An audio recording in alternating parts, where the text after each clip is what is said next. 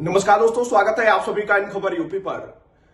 दोस्तों, देश में लोकसभा चुनाव संपन्न हुए और आज जो है मतगणना होनी है और 8 बजे से काउंटिंग शुरू हो जाएगी। लेकिन उससे पहले जो है देश भर में कई सारे सवाल उमड़ रहे हैं, खासकर उत्तर प्रदेश में, क्योंकि उत्तर प्रदेश की कई सीटें ऐसी हैं जहां पे समाजवादी पार्टी के साख की सवाल है और खुद अखिलेश यादव जो है इस चुनावी मैदान में है। तो पिता मुलायम सिंह यादव के निधन के बाद अखिलेश यादव जो है राजनीति में कितना चमक पाएंगे, ये भी सबसे बड़ा सवाल है। और देखिए, बात सिर्फ जीत की नहीं है, उस जीत की बड़े अंतर की भी बात है जो कभी मुलायम सिंह यादव के लिए हुआ करता था। क्या अखिलेश यादव उसी रास्ते पर जा पाएंगे?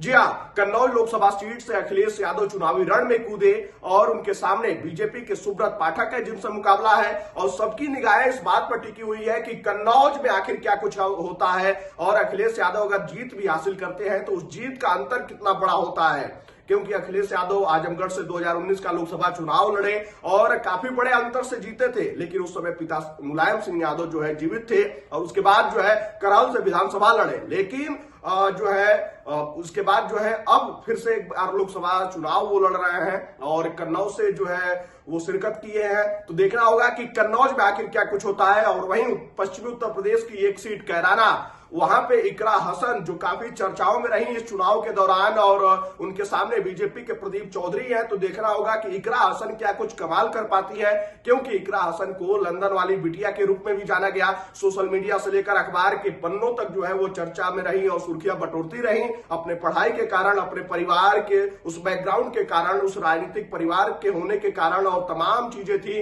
प्रदीप चौधरी का जगह जगह पे विरोध भी देखने को मिला।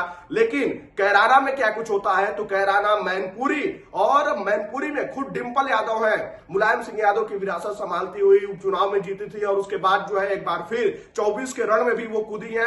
तो मैनपुरी, कन्नौज और कैराना, इन तीनों सीटों पर जो है सबकी निगाहें टिकी हुई है कि आखिर क्या कुछ होता है। क्योंकि अखिलेश यादव के ऊपर एक बड़ी जिम्मेदारी है और सपा मुखिया अखिलेश यादव अगर जीतते हैं तो उस जीत का अंतर कितना बड़ा होता है, इस बात को भी देखना होगा। खैर, आपको क्या लगता है? मतगणना 8 बजे से शुरू हो जाएगी, लेकिन उससे पहले आपको क्या लगता है कि अखिलेश यादव अगर जीतते हैं तो उनका मार्जिन क्या हो सकता है, डिंपल यादव का मार्जिन क्या हो सकता है? आप जो है अपनी राय कमेंट बॉक्स में हमारे साथ जरूर साझा कीजिएगा।